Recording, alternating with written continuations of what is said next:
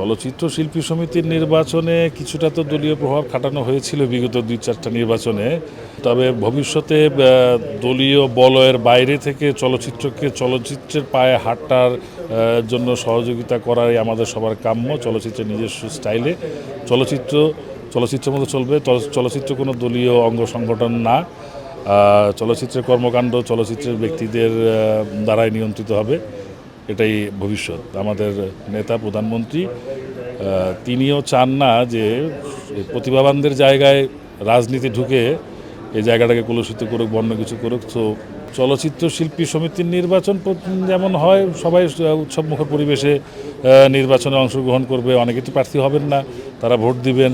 একটা উৎসবমুখর পরিবেশ থাকবে, সবার সাথে সবার দেখা হবে। অনেক দিন ধরে অনেকের সাথে কাজ হচ্ছে না, তাদের সাথে দেখা হবে, কাজ হবে।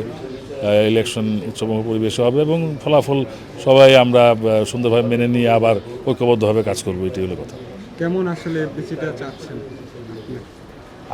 আমার চাওয়া পাওয়া দিয়ে তো কিছু যাবে আসবে না। আমার তো চাওয়া যে আমার কর্মমুখর এফডিসি থাকুক, সবাই কাজ করুক, কেউ যাতে বেকার না থাকে, সবাই যাতে কাজে থাকতে পারে, এরকম একটা অবস্থা চলচ্চিত্র তৈরি হোক। শুধু এফডিসি না, চলচ্চিত্র তৈরি হোক।